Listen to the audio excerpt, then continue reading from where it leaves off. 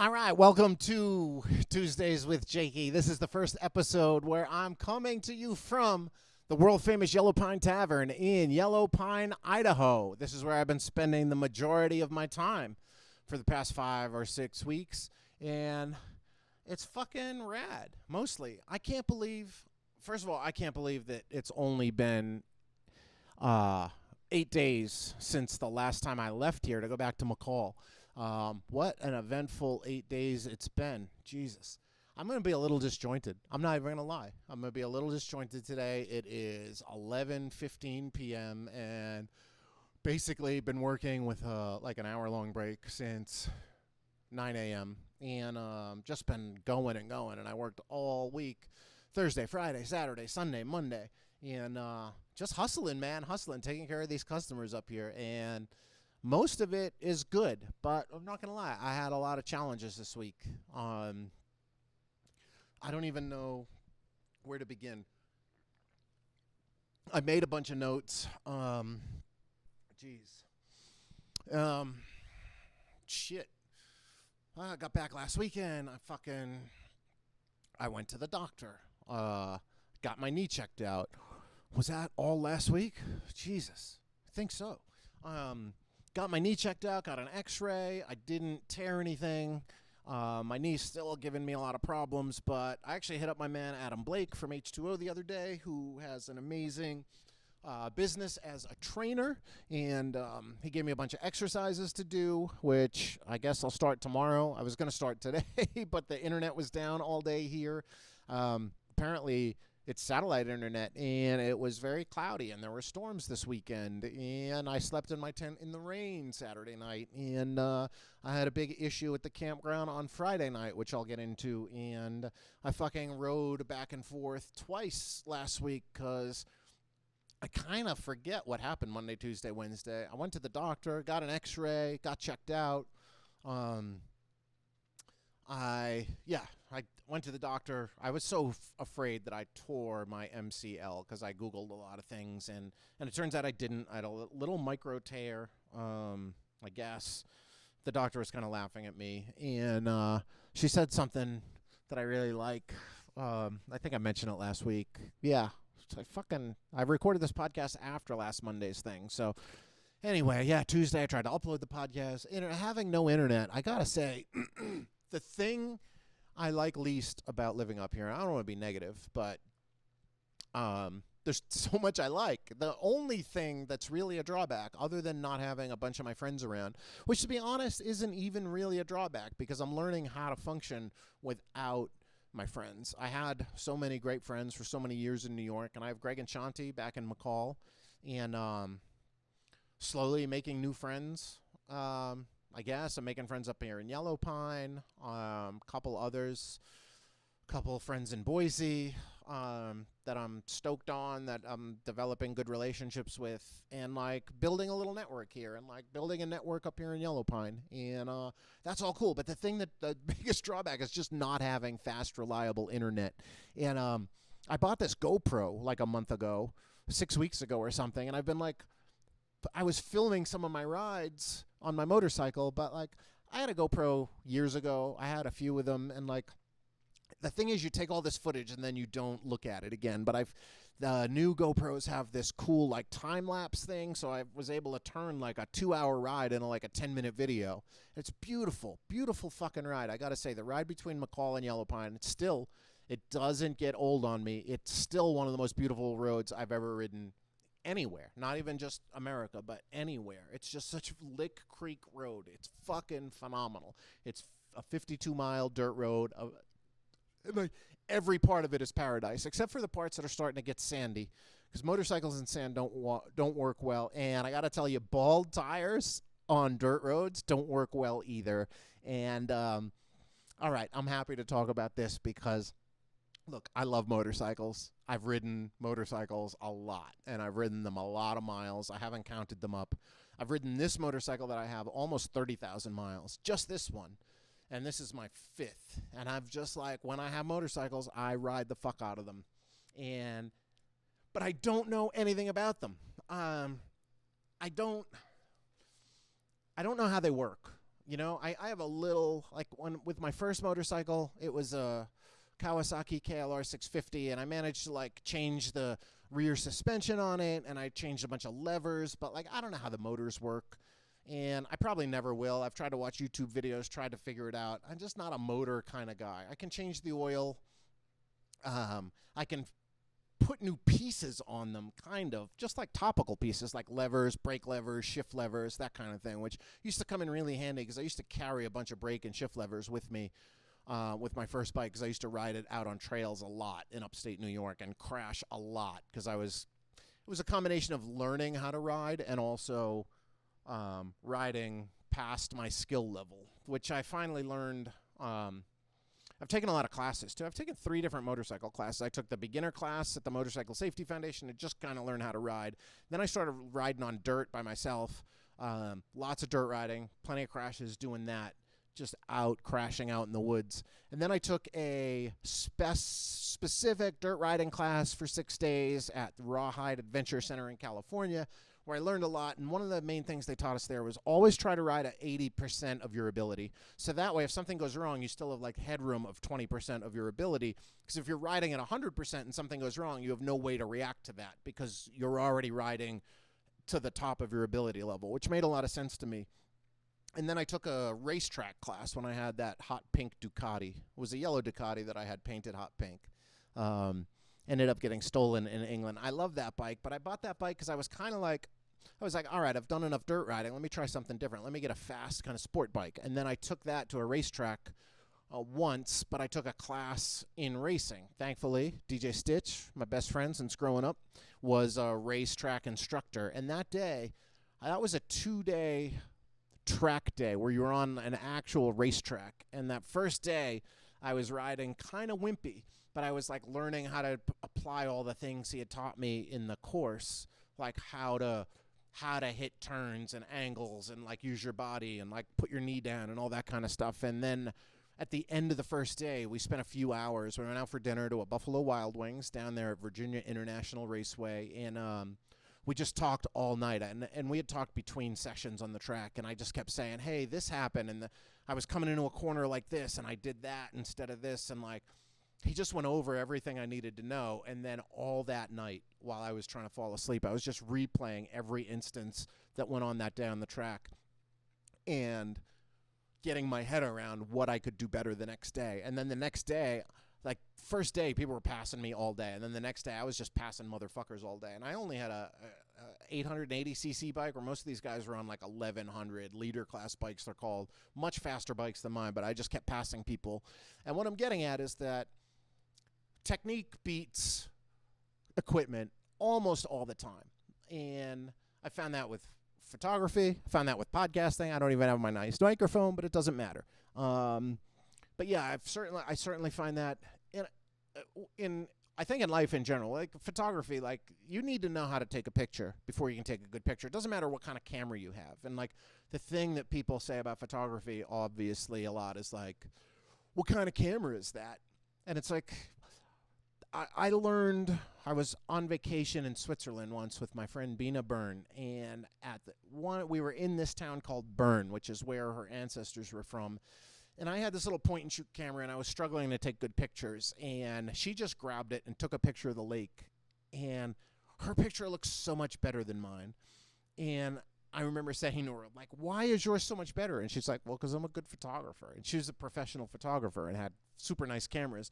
But then she started showing me some things about how composition for a photo, and I realized, like, it's not about how good your camera is. It's about how good the picture you're taking is. And just a millimeter of angle can change your whole picture around, and just the way you're looking at it and composing the shot and rules of thirds and all this stuff. And since then, I feel like I've become a much better photographer. I think I take some fucking bananas pictures when I'm out there. And I thought about becoming a photographer in the spring, and I was like going to buy a really nice camera, and I ended up not buying one because I was like, I'm doing fine, and I don't need more shit. And it's that way with painting, too. I've been doing a lot of painting. And like, I thought, like, maybe I need better brushes. And like, yeah, you want to have decent brushes, you want to have decent paints, but it's about how you put the paint on the canvas, not about how the brush works, right?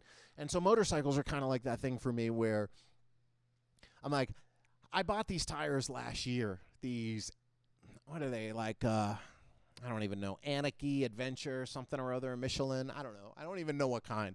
That's what I'm talking about. I don't know about motorcycles. I don't know. I have, like, a really nice set of gloves, really nice set of helmets, okay set of boots, and other than that, like, I put nice tires on my bike when I can, and I'm about to get a new pair, but the pair I have now, they're like 70-30s, they're called. They're made 70% for street, 30% for dirt roads. So they're meant, even when they're brand new, they're meant to handle dirt roads okay. The next set of tires I'm going to get are going to be much more knobby. The Continental TKC 80s, which are like, I think those are 30-70s, meant 30% for road riding, and if 70% of your road riding is going to be done on dirt. But that's what I'm going to get. But something happened last week, so I ordered these T-shirts for the Yellow Pine Tavern. So I have these shirts, and I'll probably put them on my website next week, and I'll talk about it. They're not up there yet. We're just selling them in the tavern. But Aaron Lazar, my man from the Giraffes, singer of the Giraffes, who, by the way, if you've never listened to the Giraffes, you fucking better listen to the Giraffes, because the Giraffes ruled and continue to rule. That was actually the name of their last album. When they were breaking up, they made an album called Ruled. So it was just called The Giraffes Ruled, and they fucking did. And he designed these awesome shirts. Anyway, Tommy Rockstar made the shirts, and they got shipped to my house, and I had to work last Thursday.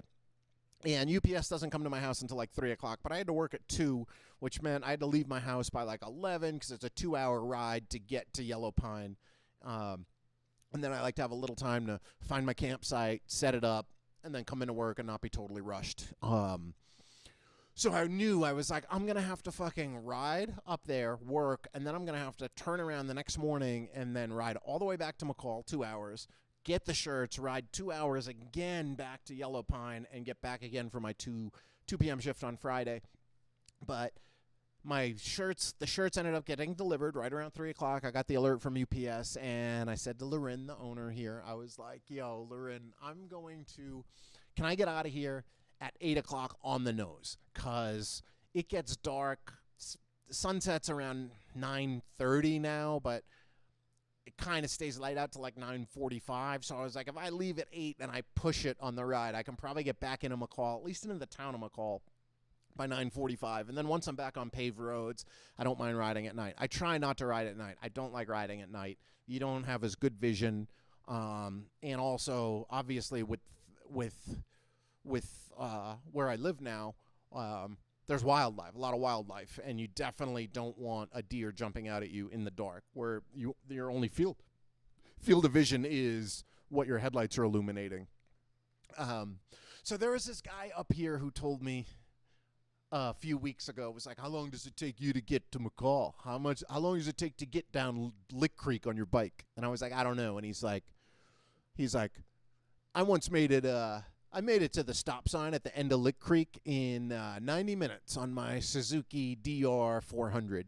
And Suzuki DR400 is like a 300-pound dirt bike. My bike, it weighs 500 pounds, and that's without all the big, heavy side cases I have on it, the big metal side cases. So my bike probably weighs like 540 or 550 pounds, plus me on it. So that's like, you're clocking in close to 800 pounds. And obviously, it's big and heavy, and it doesn't handle like a Suzuki dirt bike. But when I was leaving here, I was like, you know what? I'm going to see how fast I can do this road in. And I didn't ride balls out because it was getting dark. But I was like, I also didn't have clear glasses, which I fixed that.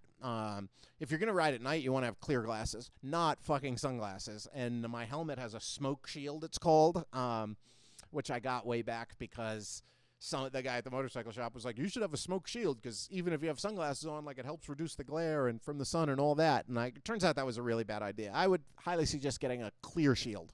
So if you need sunglasses and sun protection for your eyes, that's why you wear sunglasses. And then you should have a clear shield. And that way, if you're ever riding at night, you just put your clear shield down. Because the thing, you need glasses when you ride because you don't want the wind just blowing in your eyes when you're going 50 miles an hour or whatever.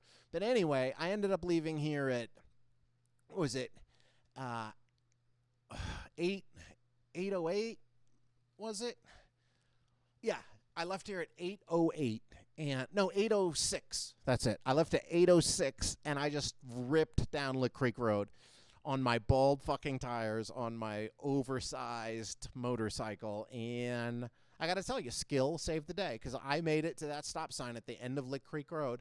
This is, I've said it before, but I got to point out again, this is a fucking kind of hairy dirt road, and there's like a bunch of spots where there's a bunch of sandy patches, and sand is an enemy of a motorcycle, and you're supposed to have like heavy duty knobby tires, and you're supposed to air them down a little, like take some air out so that they kind of grip and conform around the dirt and the sand. I never do that.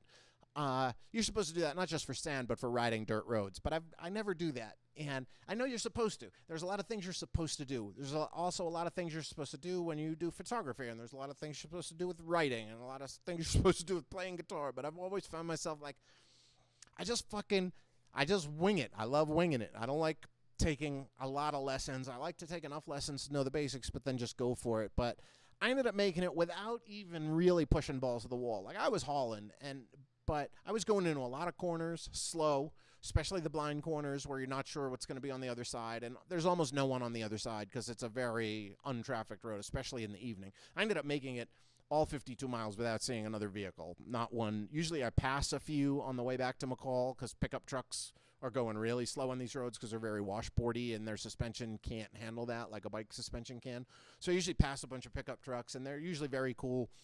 They see that you're behind them, and I always move to the left so that I'm in their side view and their rear view mirror, and I get up a little pretty close to them just so they can see my headlight and everything, and they usually pull over pretty quickly because they understand that like they're spitting tons of dust in my face as a motorcycle, and they know I can go a lot faster. So I've never had an issue where someone hasn't pulled over and let me go. But this was the first time I rode back where I didn't have someone to pass.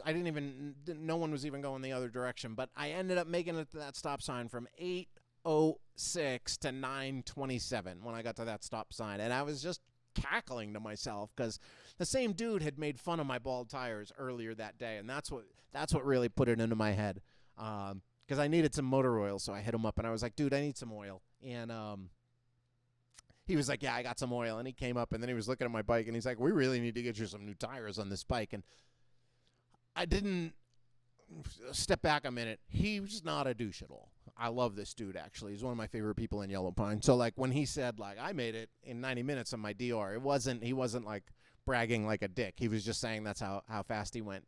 And, which I figured at that time was a really good time. But I was also a little, like, a little of that alpha in me was like, well, how fucking fast can I do it? I want to see. And, I'll be, maybe I'll try to do it even faster, but like that's not really my thing. I'm not really into riding fast, almost ever. Like I like riding fast when I have nice straightaways, but I'm more about seeing cool shit. And like, yeah, you want to ride a little fast and like take corners and get that adrenaline from it, but I never want to be in the situation where I'm like afraid that I'm gonna crash or something. But yeah, it did feel really good, though, I got to say, to get through that ride in an hour and 21 minutes. And I ended up getting home, and by the time I got home, it was pretty dark. And then I went and sat on my porch and had a fucking wonderful phone call with a friend and watched the fucking stars in the sky. And then I slept back in my own bed for a night and then woke up in the morning, loaded all these shirts onto my bike, and I don't know how much does 144 shirts weigh? Because that's how many I was bringing back. A lot. And I strapped them in 3 duffel bags and strapped them down to my bike. And then I had a nice, really leisurely ride. And then that took me just about 2 hours to get back up Lick Creek. So that's how long it takes if you're like really just kind of not pushing it at all. But when you're pushing, it turns out you can do it on a GS in an hour and 21 minutes. And I'm sure I could do it in an hour and 15, maybe even an hour and 10 when I get my new tires. And maybe we'll see. We'll see. If I'm feeling kind of frisky one day, I'll probably go for it. But yeah, that was a lot because my knee hurts more when I'm riding on a bike when I keep it bent in one position. It's supposed to be straightened out, and but I've been wearing this big heavy-duty brace, and that's helping a lot. So eventually, I'll be, if I can get back to running by my birthday on August 30th, that'd be awesome. But I'm not gonna push it. You know, they say go slow fast, go slow now to go fast later. In terms of exercise, like take it easy. And Adam Blake, bless his heart, was like, when I told him about how it all went down and happened, he's just a genius, a wizard when it comes to the body. But he was like, sounds like you just tried to run too much too far, too soon, especially up in the mountains. Like, what are you, a fucking idiot? And I'm like, yeah, I am. But I was like so excited to be able to get out there and start running again. I did push my body too fast, too soon, and I'm getting old. And that's just a fact of life. So I just got to be, I gotta work on the basics more, right? I gotta like build up the muscles in my legs before I go out running more, so those muscles can support the ligaments and the tendons, and I won't have this issue again. So I came back Friday morning, and then I worked all day Friday. I ended up getting back earlier than I thought, so I came in at noon, and I worked until it's just about 12, and the Holloway family reunion was in town, and no, I actually worked till 12:45, because they showed up around 10. The first couple showed up, and I thought I was going to be closing because it was kind of dead all day. And then the Holloway family reunion rolled into town, and I had like 50 Holloways getting loaded.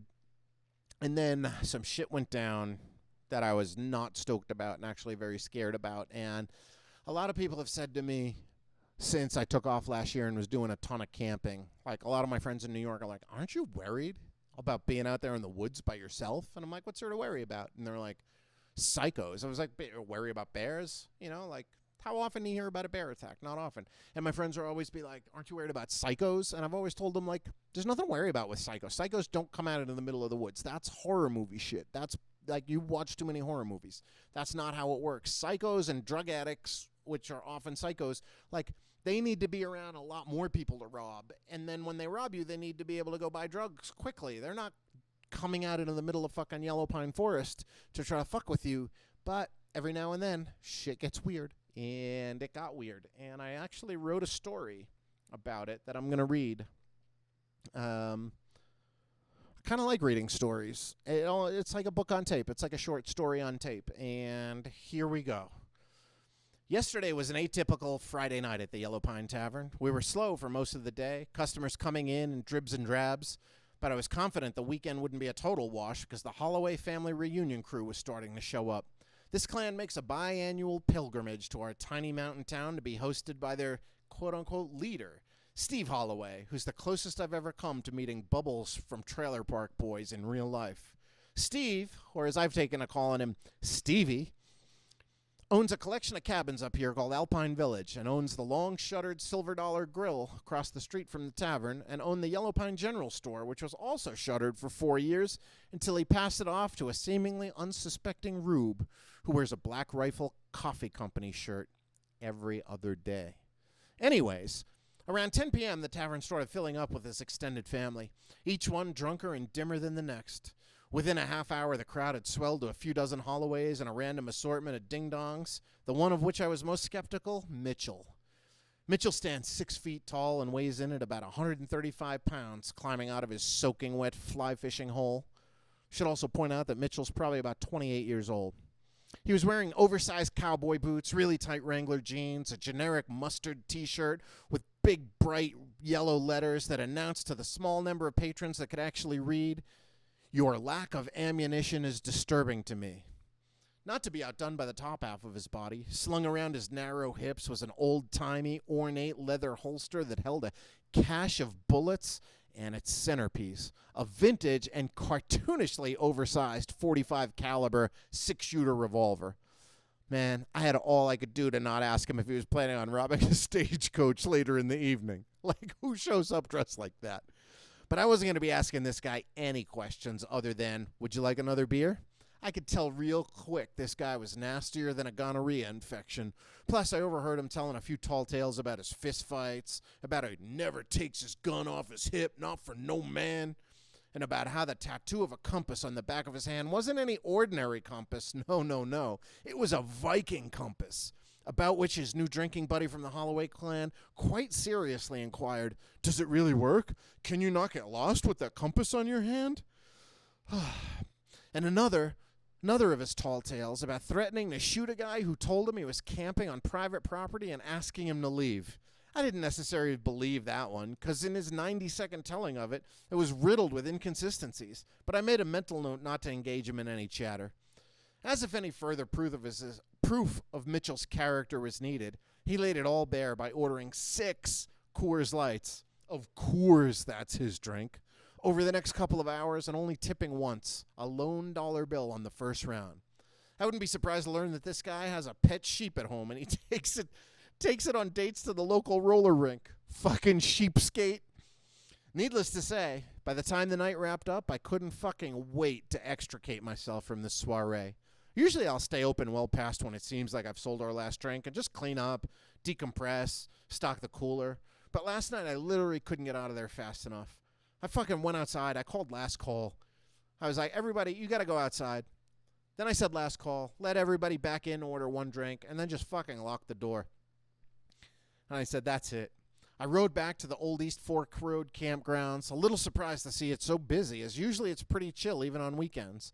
But every site was jam-packed with side-by-sides and RVs and even a horse trailer, which is very odd considering how rocky and uneven the access road is, and that there's barely any room to park a trailer. But this crew had managed to wedge one in between the ponderosas. When I rode by, I could have sworn I seen a deer hiding back behind the trailer, but it was late, and I was spent, and I quickly surmised that my mind was playing tricks on me. I parked my bike by my campsite and collapsed into my canvas folding chair and went through my nightly yellow pine ritual of opening my notes app and typing out any little anecdotes that I hadn't had the time to transcribe throughout the evening, and changed into my pajamas of rainbow giraffe leggings and a long-sleeved tee. Just as I was about to climb into my hammock, these quads came ripping down the hill. By this time, it was after 1 a.m. What the fuck were these people still doing ripping around on their quads? The first few rolled past my sight, but the fourth and fifth stopped. They stopped right next to my motorcycle, which was odd and very, very disconcerting. Immediately, I wondered what the fuck they were planning and if they were fucking with my bike. But it was pitch black, so all I could see was a bit of the trail and trees upon which the quad's lights were shining.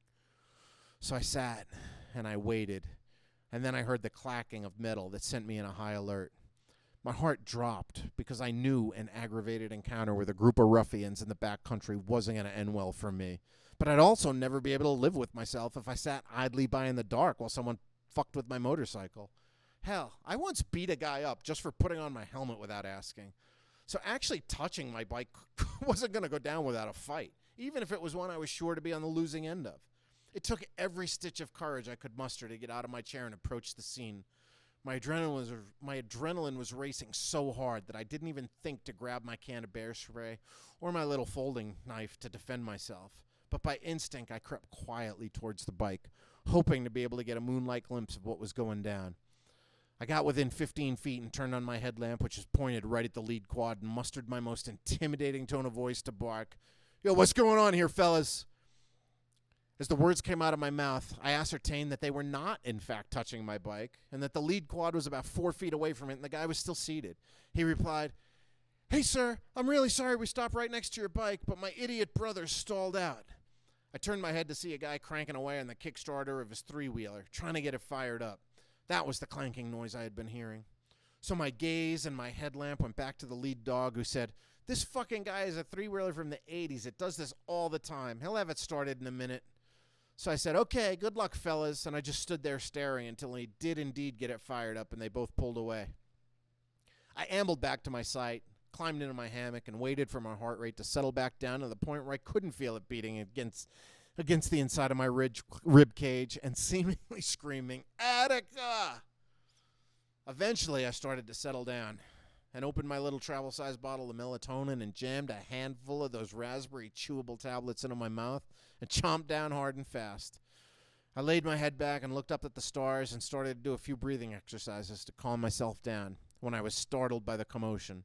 There was a ruckus in the distance and some hooting and hollering, which died down quickly, but not before my heart shot up in my throat once again. Fuck. I looked over the edge of my hammock and I could see some headlamps flashing around in the distance, a couple of campsites away. I just hoped they didn't come my way. It was now 1:30 a.m. Before long, I settled back down and drifted off to sleep, but not before catching a glimpse of my favorite rodent, cosmonaut, Woodrow, somewhere out there in the Milky Way, and that set me at ease. And I slid into slumber, knowing I wasn't alone. I had Woodrow. What a night. The sound of engines roaring and tires spitting gravel jolted me back into reality. Confused and alarmed, I shot upright in my hammock and turned my head to see a caravan of vehicles rolling towards my campsite. Fuck. Again? Confused by my half-sleep daze, I was petrified and prayed they weren't coming for me. They rolled right past my bike, though, and kept rolling. Maybe 7 or 8 vehicles. And then there was silence. Again, I was wide awake. I looked down at my watch. 2:22 a.m. Eventually, I was again wrapped in the arms of Morpheus, the Greek god of sleep, but still mightily confused. My alarm jerked me awake at 7 a.m., and I was relieved to see the morning light. I did my morning meditation and then hopped out of the hammock around 7:30 and stripped my clothes off and descended down the rock path towards the river. I laid my body down in the cold, rushing waters of the salmon.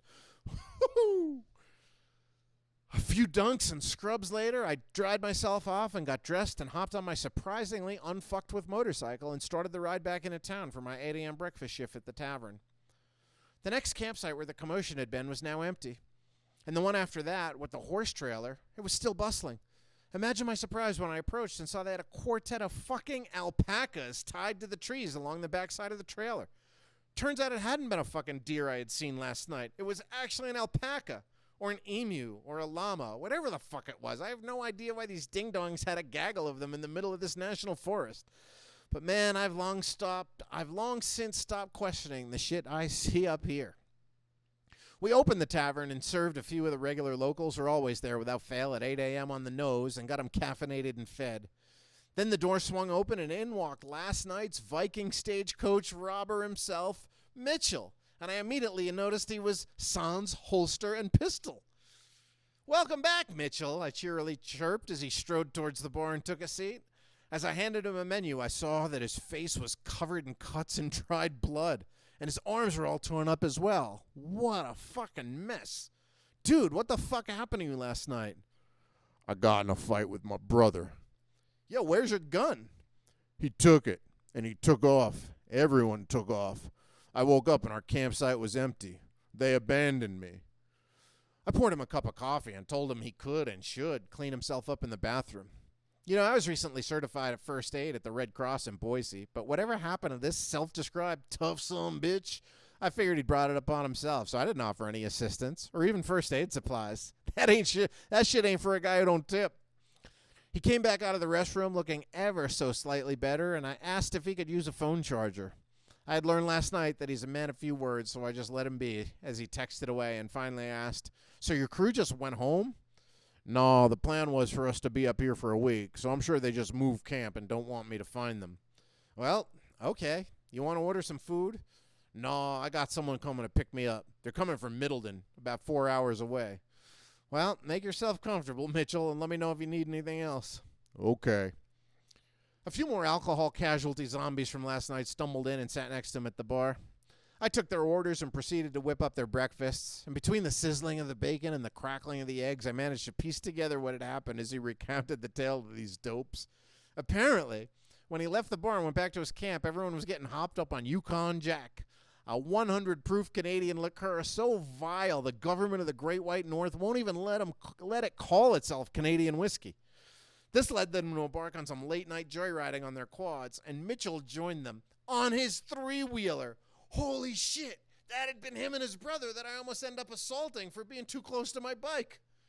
Apparently, Mitchell had gotten so agitated over his three-wheeler continually crapping out on him that when they got back to the campsite, one of the boys asked him to take his gun off his hip because he was making everyone else feel unsafe. Well, this didn't sit too well with Viking Mitchell, so the guys ended up jumping him and took it away and didn't stop beating him until he was unconscious. Then, once his brain had shut off, they left him for dead, packed up their shit, and evacuated, and woke me the fuck up. How rude! I'm not sure why they didn't just lay him down in the river to become fish food. That seems like it would have been much less hassle. But then again, my innate sense of pragmatism hadn't been polluted by that north-of-the-border firewater. So Mitchell waited, and waited, and waited, and I kept tending to customers. And about 6 hours later, his ride showed up. I looked through the window to see who it was that came to get him, and imagine my surprise when I saw a woman who I immediately and innately just knew was his mother. But I had to know for sure, so I walked outside and said, "Hey, Mitchell, I guess this is goodbye, huh?" He cocked his head to the side, looked like a confused little puppy, and I said, "Do you need a hand?" And he asked if I could help him lift his three-wheeler into the bed of the pickup truck. I said yes, but when it came time to lift, I exerted as little energy as possible. Let this guy have all the weight. When it finally landed in the truck, the matron who came to his rescue tried to help position it, and he shooed her away and said, "I got it, Mom." It was indeed his fucking mother. This badass gunslinging Viking warrior had called his mommy to drive 140 miles deep into the Idaho backcountry to pick him up after his fight with his brother. I was stunned and overcome with an urge to laugh right then and there. But instead, I reached out my hand, man to boy, and I looked him dead in the eye, and I said to him, Mitchell, on your ride back to Middleton today, I want you to know one thing, and that's that fights last one night, but brothers are forever. He shot me a death stare, the intensity of which was only broken when his mommy exuberantly chimed in with, that's right, you should listen to this fine young man, Mitchell. I turned around and walked back into the tavern, hoping to never see little Mitchell again, and then it dawned on me. He never even paid for his fucking coffee, much less tip. I wonder if I should send his mommy the bill. Oh, Mitchell. You know, all this time people are like, aren't you afraid of people being out there in the woods? And I'm like, no. And then it turned out the one night where I was fucking sure I was going to get into a fight, it turned out I had nothing to be afraid of. And then when I finally did approach these guys, or I swore they were fucking with my bike, but I was having a hard time comprehending that because I'm like, why would you roll up on all these quads to fuck with someone's motorcycle? Surely you'd creep up and try to be as quiet as possible. But none of that was happening in my head at that time. I thought about all that after. But like, when you hear someone, when you see quads parked right by your motorcycle in the middle of the fucking woods, like, there's no help around here, right? There's no sheriffs. There's a fucking helicopter landing pad at the end of the road that leads into town, about a quarter mile down, like at the end of Lick Creek Road. There's a helicopter landing pad for medical evacuations, but there's no sheriff.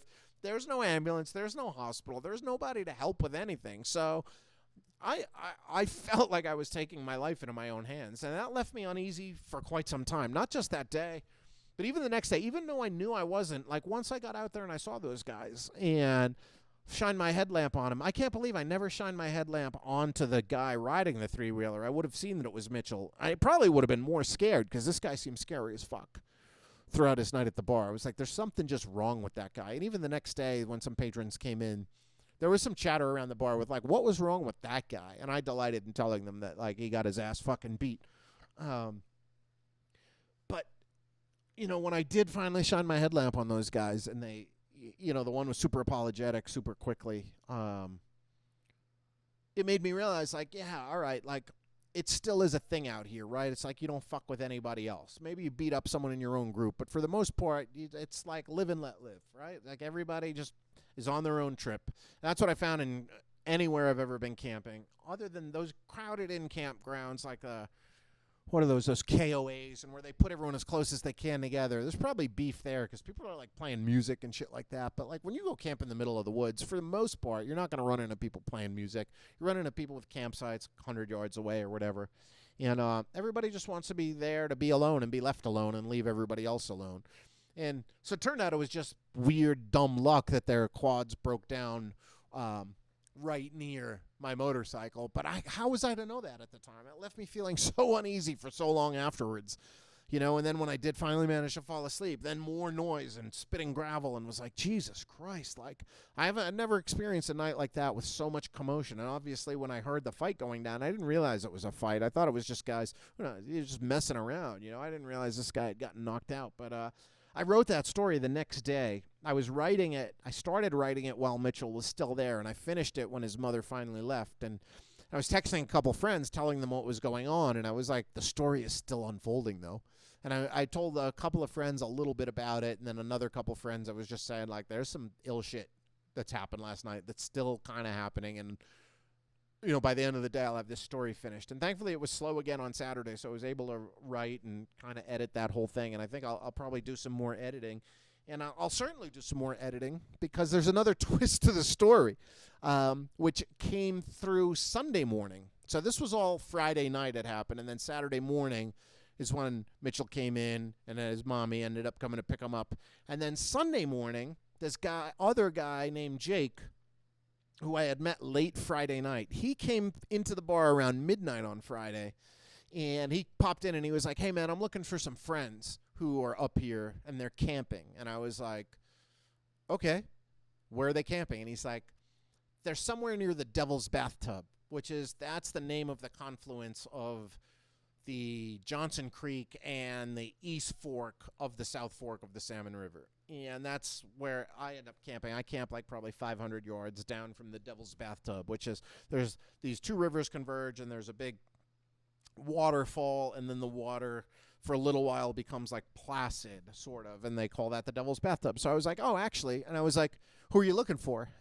And I, of course, because I'm behind the bar, I'm just kind of fucking with him, and I'm like, who are you looking for? He's like, some friends. And I was like, all right, I'm going to tell you how to get to the Devil's Bathtub, but I got to tell you, like, why are you guys showing up here at midnight? What are you, a hitman? He was like, am I a hitman? What? And I was like, you a hitman? Are you coming up here to kill somebody? Like, why else would you be showing up at midnight? And he's like, no, man, I'm not a hitman. I got my dad in the car. I was like, oh, so your dad's the hitman and you're the driver. And he's like, could you just tell me where the Devil's Bathtub is, please? And I was like, okay. So I told him. And then as he was walking out the door, I was like, but I'm telling you, like, I remember what you look like. And if the police come and tell me there was a murder down by the Devil's Bathtub, I'm gonna tell him exactly what you look like. And he just laughed and was like, okay, weirdo, whatever. And I actually sold him a 6-pack of beer to go to. And but none of this dawned on me that he might be with that group later when I heard the tussle and all that. So I didn't see him or anyone else from that group. I didn't see them come in on Saturday. They didn't come in at all. But he comes in for dinner, breakfast with his dad on Sunday morning. He's like, I was like, oh, Jake. And he's like, Jake. And I'm like, oh, yeah, well, hey, whatever, you know.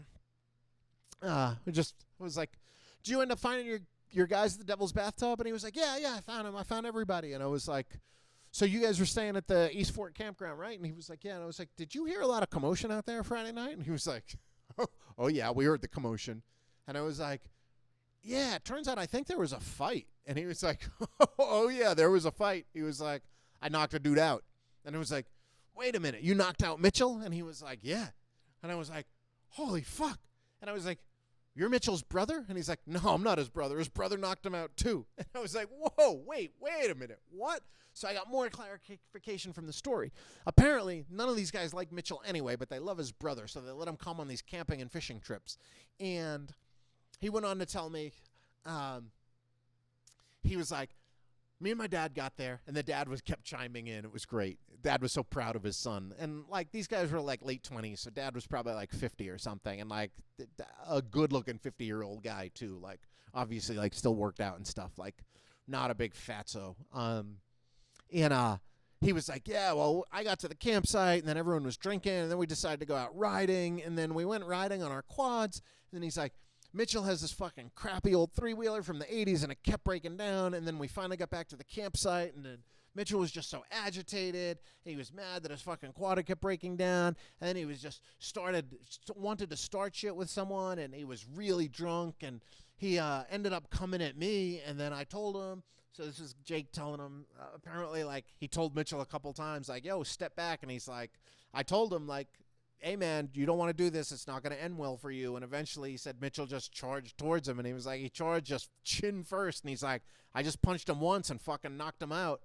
And then he finally came to and tried to charge me again. And I grabbed him and I started pushing his face down into the dirt, which probably didn't make all of his cuts better. And he's like, and then he stayed down for a while. He's like, but then he finally got up again. And then he got his gun and had waved it in his brother's face, and then his brother knocked him out. Oh, he had apparently, he came at Jake the second time. Losing track kind of, but apparently he had like picked up a big rock and was trying to hit Jake with it, or maybe he was trying to hit his brother. I don't know. But the point of the story is he ended up getting knocked out twice, and it was after the second time they knocked him out that they took his gun and just took off. And basically left him for dead. Knew that, like, they left him with his crappy 3-wheeler, but that thing wasn't going to go anywhere, which is why I ended up helping load it in the truck for his mother. He managed to get it to come to the tavern, and he had all of his, like, camping gear packed on the back of his fucking 3-wheeler, and, yeah, they'd all come up and pick up trucks and trailers, and, yeah, man, he was like, the other Jake was like, yeah, he's never going to be invited to one of our fucking camping trips again. And he'd also said to me, Mitchell, during the day while he was waiting for his ride, I was like, you gonna shoot your brother when you get home? Just egging him on a little bit. And he's like, no, I gotta get my gun back. And then he told me he was gonna, like, report his gun stolen and tell the police that his brother stole it. I don't think that's gonna get him far. I also don't think he's probably gonna do that by the time he gets home and gets yelled at by his mother for 4 hours because he had to call his mommy to pick him up. And apparently Mitchell's brother had talked to his girlfriend, and his girlfriend had refused, or his wife had refused to come pick him up. So that's why he had to call mommy, because his wife was like, fuck you, I'm not driving 4 hours to get your fucking ass after you did all that shit. So that was my big that was the big fucking kerfuffle over the weekend. And then Saturday night came, and there was rain up here over the weekend. Oh, there was also a fire 8 miles from here. A 30-acre fire 8 miles from here broke out Friday afternoon.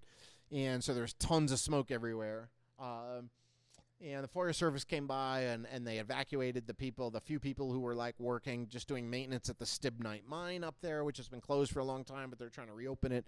So there's some mine workers and geologists up there just kind of like doing maintenance and I guess trying to figure out how much ore is still in the mine of whatever sort.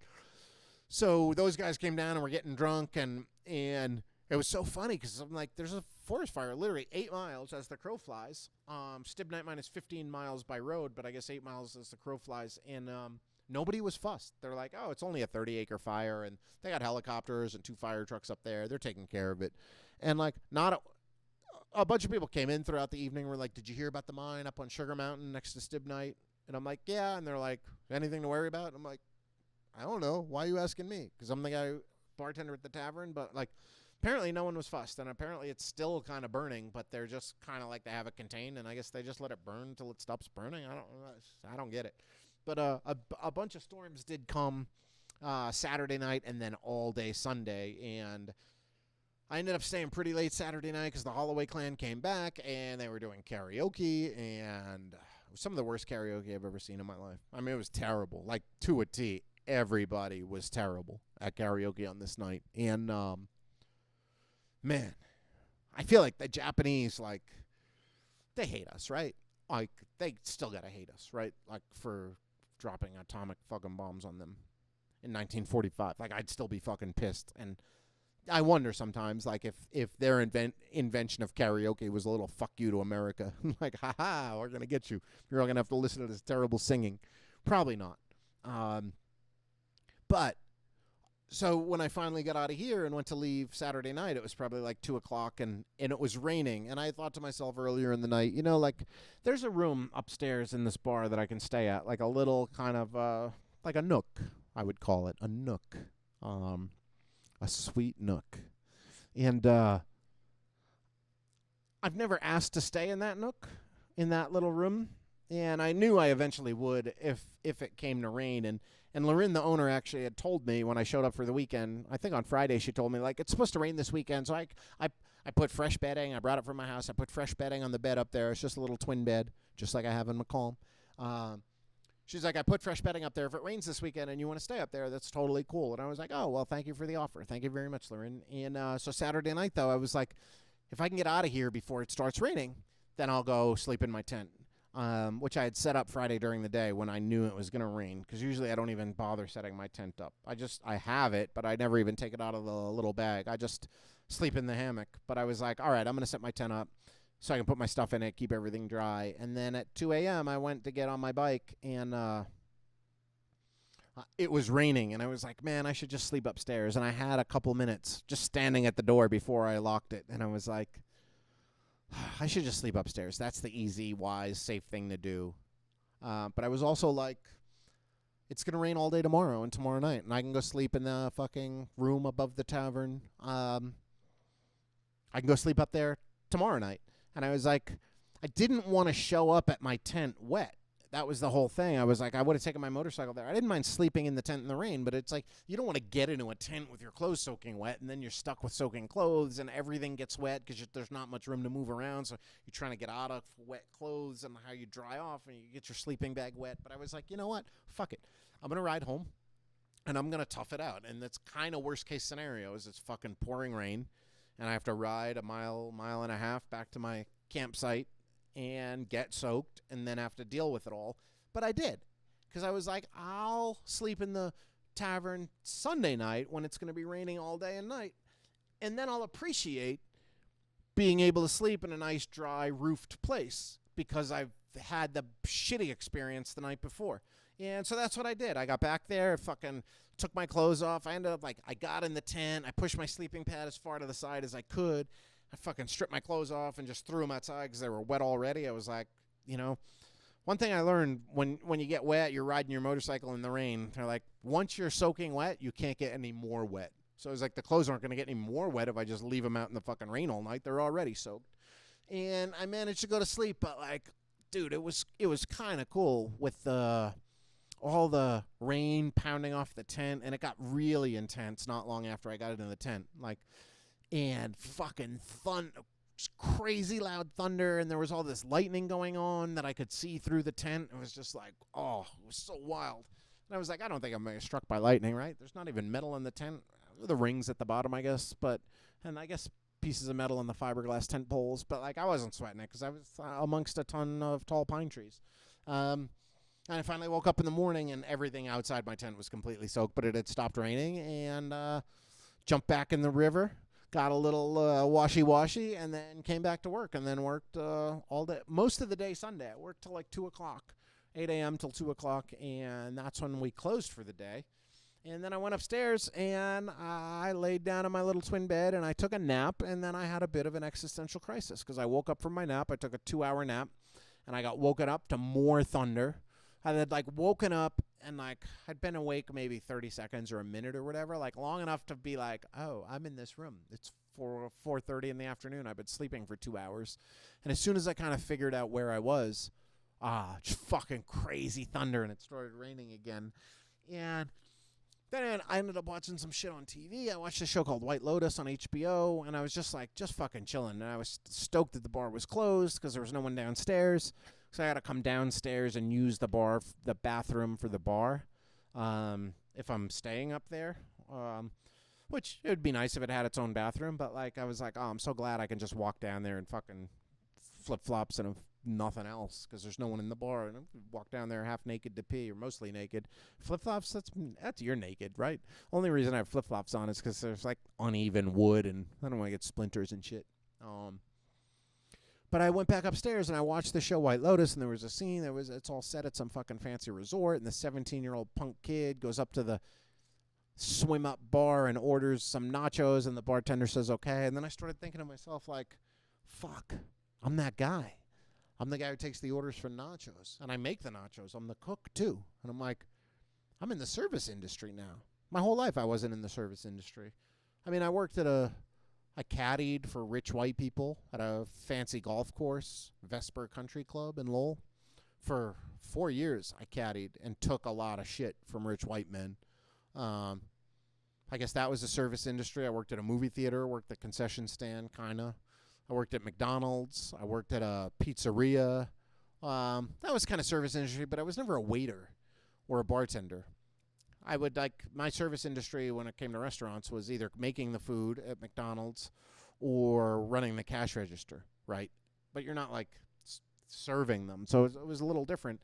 And it felt I was overcome with this thing where I'm like, I've gone backwards, right? Like, what am I doing? I'm fucking 47 years old and I'm a bartender now? Like, I was never a bartender in my 20s. And it's probably for the best that I wasn't. Like, I ended up showing up to New York. I had some friends who were going to bartender school because apparently, like, that was a thing you needed to do. It's like, no, you don't. You know, if you go to, maybe you need to go to bartender school to become like a mixologist at a craft cocktail bar or something, but like not to bartend at a bar, like a dive bar. It's like Noah Chernin said, like, if your drink ain't named after what's in it, I'm not making it for you, right? You want a Jack and Coke, rum and Coke, vodka tonic, whatever. Then you just pick up vodka, make some tonic, boom, your drink's done. You want a fucking Harvey Wallbanger? Get the fuck out of here.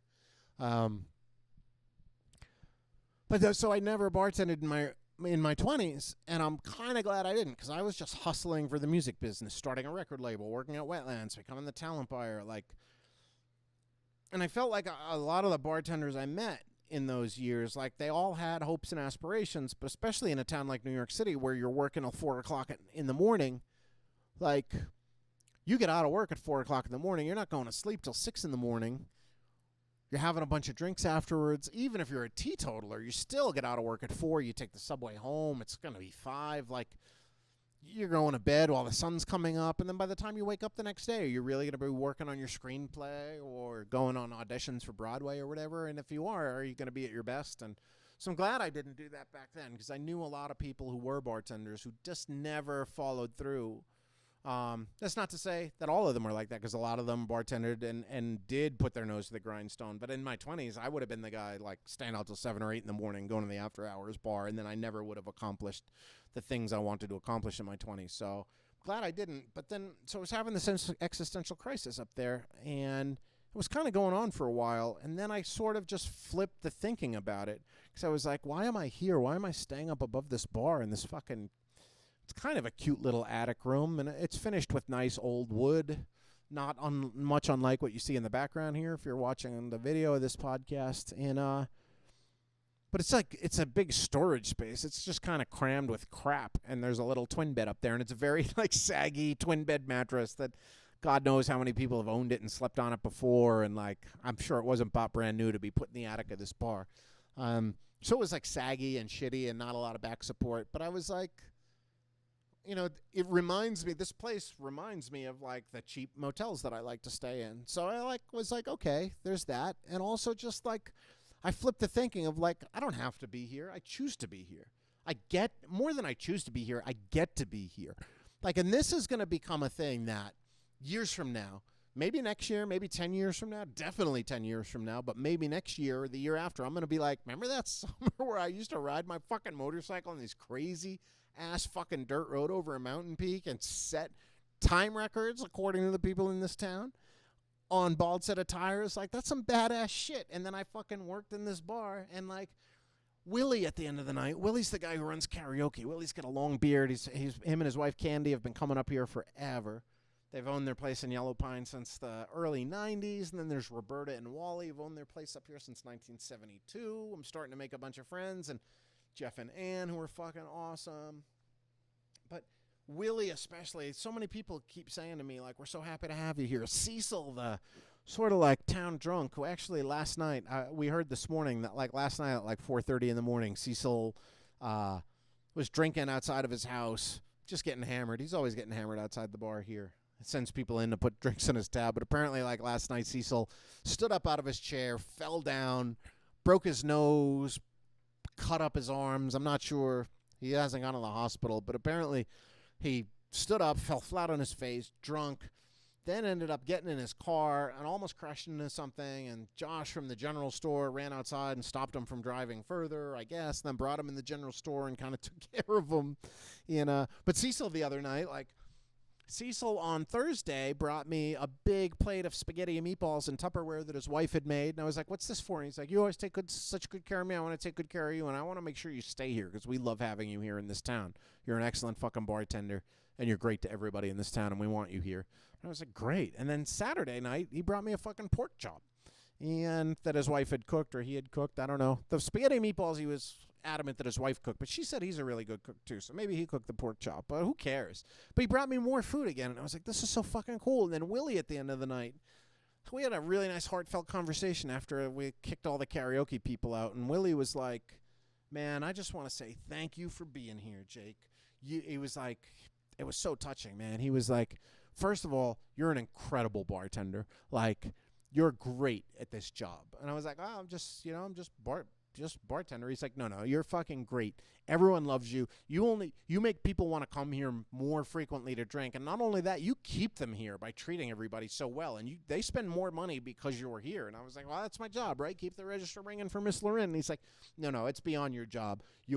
He was like, we all know you're from New York City, but like, you don't seem like a Manhattan guy. You're calm, you're cool, you're collected. You never let anything bother you. You're fucking funny. You treat us all with great respect. You remember what our names, remember what we drank. And he just went on and on. And he was like, we hope you stay here for a long time. And then I was like, thank you, man. That means a lot. And gave him a big fucking hug. And I was like, this is cool. It's, I like that people keep telling me this. And like, it leads back to, like, being of service. And I don't know how long I'll stay here, but I'm hoping that, like, who knows? Maybe 10 years from now when I'm sitting around going, man, remember that summer I got to fucking work in Yellow Pine at this crazy little fucking tavern from 1939? Maybe someone up in Yellow Pine will be like, remember that time where that fucking guy from New York City just showed up on his motorcycle and ended up being the fucking best bartender this town's ever had? That's cool. I dig it.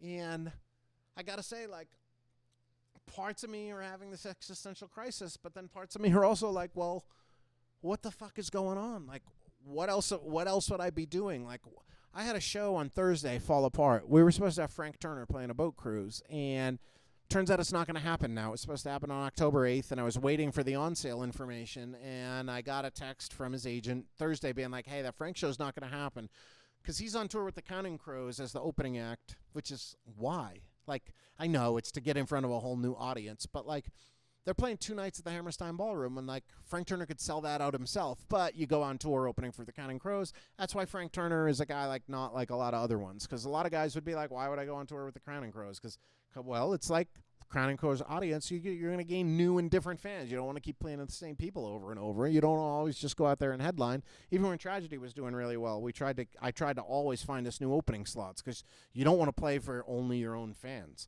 No matter how successful you are, that's why people go to festivals, and, like, festivals are huge, and the Foo Fighters want to play every festival because they want to play for people who might not have bought a ticket to a Foo Fighters show.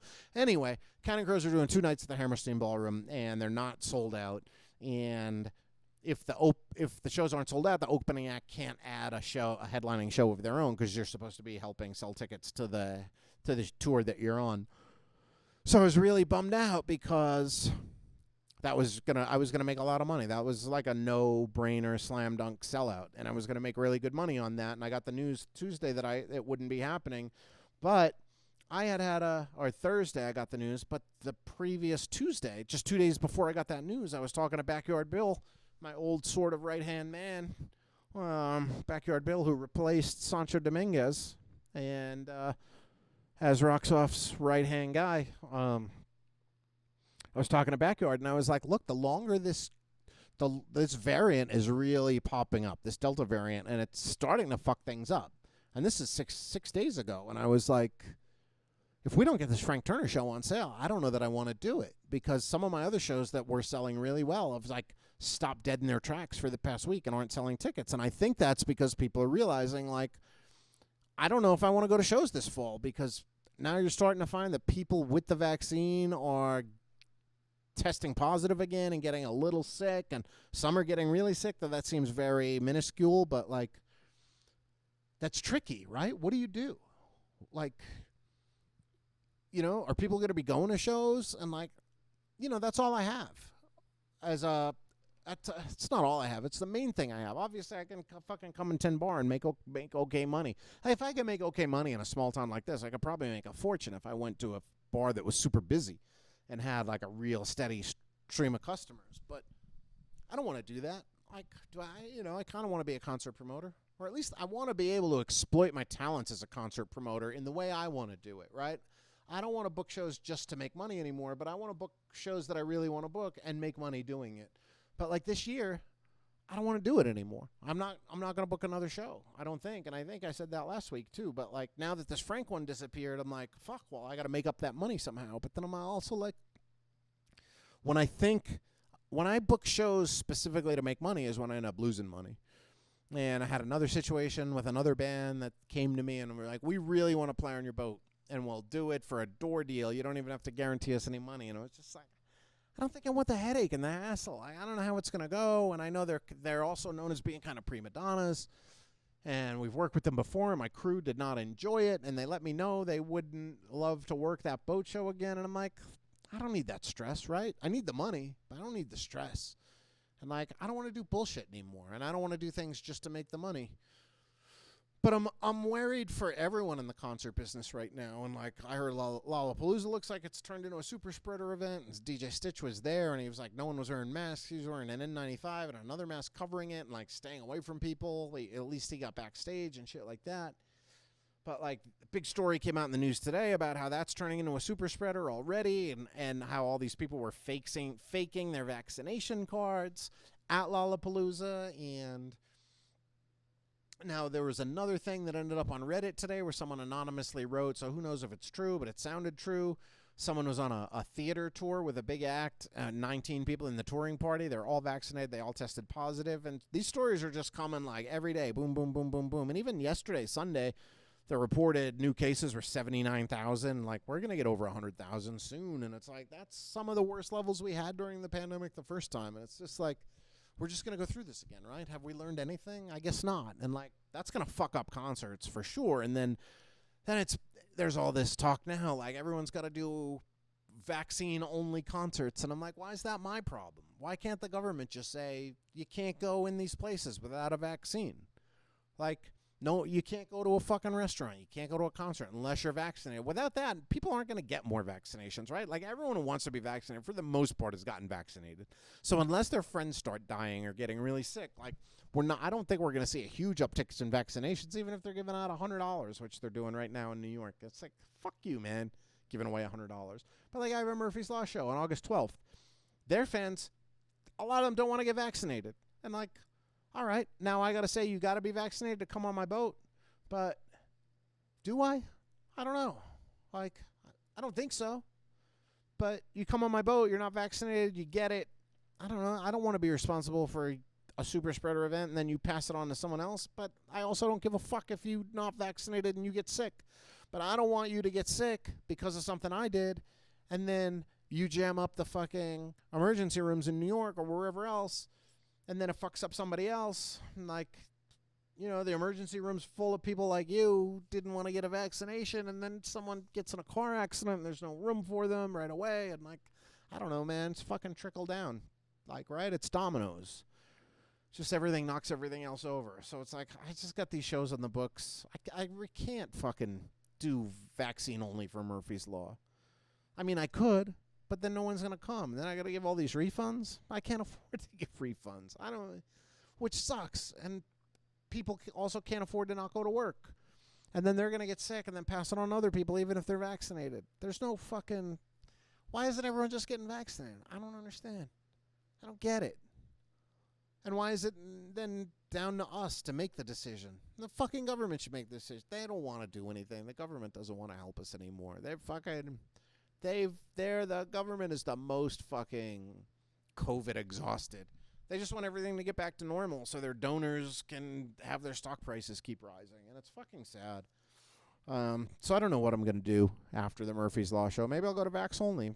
Everyone who's coming on my Grateful Dead Ship of Fools boat is going to be vaccinated, right? Everyone who comes on the Pie Tasters boat can be vaccinated. You know? I don't know. H2O, we're going to have to say everyone has to be vaccinated for their shows at LPR? I don't know. I really don't know what to do. But I do want to say, I want to end on a positive note. And a friend told me just today, a brilliant friend, said, joy doesn't bring gratitude. Gratitude brings joy. And I knew what she was saying immediately as soon as the words came out of her mouth, because I was like, yeah, that was me this afternoon, yesterday afternoon, when I woke up in a daze after that nap and I was in this fucking attic above a bar and I was like, oh, why am I here? Oh, is this my life now? But then when I flipped that thinking of like, no, I get to be here. I get to be having this experience. Like, this is such a cool fucking experience when I get out of my own head for a second. And it's like, then I expressed that gratitude, and then that led to joy, and I'm joyful. And I was joyful a bunch throughout the day, and even to the point where, like, it was 2 minutes past 9. I was waiting for a last group to leave. I was actually hanging out with my friends Wally and Roberta, who are both like 84 years old, and their friend Gay showed up, and everyone was drinking wine, and we were all just chit-chatting, and Wally and Roberta were regaling me with tales of when they used to live in Turkey and in Egypt. And Gay, who's like 86 years old, this fucking feisty woman who lives in Boise, she was wearing a T-shirt that said, I've had 2 guardian angels. My first one quit and is now in therapy. I was like, I fucking love that. But I was like, I get to be here. I get to hang out with these people. And then right after 9, when I was getting them out of here, 6 people showed up and they were like, are you still cooking? And I was like, I don't want to fucking cook. It's after 9 o'clock. I want to record my podcast. That's why it's fucking 12:30 at night, Monday night, while I'm recording this now. I say, I don't want to fucking cook. But what did I say? I was like, yeah. I was like, hell yeah, I'm going to cook. You guys hungry? Yeah, I'm going to fucking cook for you. And they had been in earlier. And it was 6 people who summer up here in Yellow Pine and have for quite some time. And it was their first time up here this year. And they were coming to open up their cabin and turn the electricity and the gas on and get everything going. And they drank a bunch of beer earlier in the afternoon. And they didn't tip me. They tipped I think they drank 12 beers between them and tipped like $3 total. But I was like, hey, you guys want food? I'm going to make you food because that's what I'm here for. I'm here. It's the service industry, and I'm in service to you guys. And if you want food, you're going to get food. But I did say, you're all getting burgers. I hope you're in the mood for burgers because that's the only thing I feel like cooking. And they laughed, and they were like, okay. And then they had one friend who was like, I don't know if I want a burger. I have a sensitive stomach. And then they yelled at her and told her, just get a fucking burger. Don't make this poor guy cook more. Then they tipped me $10 for 6 burgers and 5 drinks. It's a $77 tab, and I got a $10 tip, which is like, I guess that's fine. But, like, I don't think that's fine when you show up at 2 minutes past 9 and you know the tavern's supposed to be closed. You should have left a nicer tip. But, like, in the end, what's it matter? Because it all evens out. Because guy the other day tipped me $100 at the karaoke night. $100. So, like, on a $64 tab. So, like, or is it $84? 64, yeah. So it's like, it all evens itself out. You just keep being in service, and the universe will take care of itself. And if I turn that down, if I turn down cooking these burgers for these 6 people because I don't feel like it because we're technically closed, then I'm not going to get that $100 tip next weekend or whenever. Like, it's a fucking ride, man. It's just a ride. But it's also, like Hunter S. Thompson said, buy the ticket, take the ride. You make these choices. You're like, this place doesn't have hours. Like, it's not like fucking Starbucks. You don't just lock the door at fucking 9 o'clock and be like, fuck you. Like, you're up here, you're part of the community. You're serving a community, and that's what I'm doing. And I dig it. And I hope I get to serve my community tomorrow. And I hope I get to, have a special day tomorrow. But every day is special in some way, right? Like, we got to find the special parts of our day. Even if you have special plans for a day and those plans don't work out, well, maybe they're not supposed to. Not everything's supposed to work out the way you want it. And it's like that old adage, right? If you love something, set it free. If it comes back to you, then it was meant to be. And if it doesn't, it was never yours, right? So that can be a career, right? I set rocks off free. And if it comes back to me next year, it's fine. If you have plans tomorrow with somebody and it doesn't work out, then maybe you guys aren't meant to be friends. Maybe you're not meant to hang out with them for a while. Or maybe you are, and then maybe you'll find a way to make it happen. And if your career starts going away or if your tips start going away, just let them go. It doesn't matter. And that's not in a fatalistic way. It's just that, like, when God closes one door, he opens another, right? And it might be in the same situation. It might be in the same career. It might be with the same person. It might be with the same tips. Might be relationships, friendships, fucking your car breaks down. Like, maybe your car broke down because you're meant to find another car next week that's going to be the best car you ever drove, and you never would have looked for a new car if your other car hadn't broken down. So, like, every silver lining's got a touch of gray, right? Like, all these cliches are cliches for a reason, but I'm going to have a good fucking week because it's Harmonica Fest coming up, and this place is going to get inundated and run over with people, and I might be able to serve beer outside. We applied for a permit for outdoor serving. If not, maybe I'll wear a mask inside. Maybe I won't. Maybe I'll end up with COVID. I hope I don't. But if I do, maybe I'm supposed to. I don't know. Everything's going to work out, though. I have faith in that. I might not get everything I want, but I'm going to get everything I need. And that I'm sure of. And I'm going to worry as little as possible, because I know that I'm living the life I'm supposed to. And I'm here. I'm here at this look at this fucking bar. Look at this place. Would you look at it? Look, this place is fucking rad, man. And you see these hats? You see all those cowboy hats up there? Yo, check those out. Those hats, I can't get my computer all the way over here right now. But all those hats, I make things up to people. There's all these hats hanging on the wall here. And every hat's got a person's name written on a piece of paper and pinned up above the hat. And people keep asking me, what's up with those hats? And I knew what the fuck was up with those hats the first time I saw them. I was like, that must be a bunch of customers here, right? Like you go into those bars where everyone's got their own beer stein, and like to get it, you have to drink every beer that they serve, or 500 beers or whatever, and you get your name laser etched in the beer stein. Of course these hats are the hats of people who fucking drank here forever and are now gone. But people ask all the time, and I've taken to telling customers for a while. I was like, Those are the hats of people that the owner killed in duels over unpaid bar tabs. And, like, people didn't really believe that one. But then I switched it because I was like, let me make it a little more believable.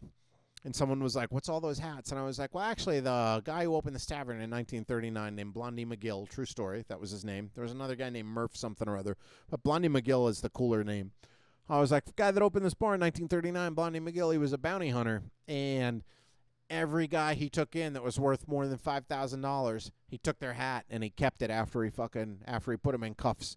And then he would hang him up here on the wall as remembrance of how he paid to open this bar. People are like, oh, my God, really? Sometimes I'm like, no, not really. And other times I'm like, yeah, it just depends what kind of mood I'm in. But there's 2 hats up there that didn't have a name. And I heard some people talking about it recently, and one of them was like, Doug knows whose hat that is. But I was like, these hats have to have names. So I wrote out Sancho Dominguez. There's a black hat and a white hat with no name. So one of them is Sancho Dominguez now. And I put that one up last night. I had to climb up on a ladder to pin that up, and no one noticed it today. And later, as soon as I'm done with this podcast, I had filled out another one earlier today that I'm going to pin up above the white hat that says Woodrow Mousecock. And I'm going to wait until someone's like, was there really a guy named Woodrow Mousecock? And then I'm going to make up a whole backstory about who Woodrow Mousecock was and how his hat ended up there. And that's going to entertain me to no fucking end. And if only one person ever hears that story, it doesn't matter. That doesn't matter to me anymore. Because it really doesn't matter if I'm putting on a show for 600 or 1,000 people at Irving Plaza or if I'm just entertaining a bunch of Holloway family reunion drunkussels. That's a new word I just invented for drunk imbecile. For drunkussels. Because it's just about having fun doing what you're doing, right?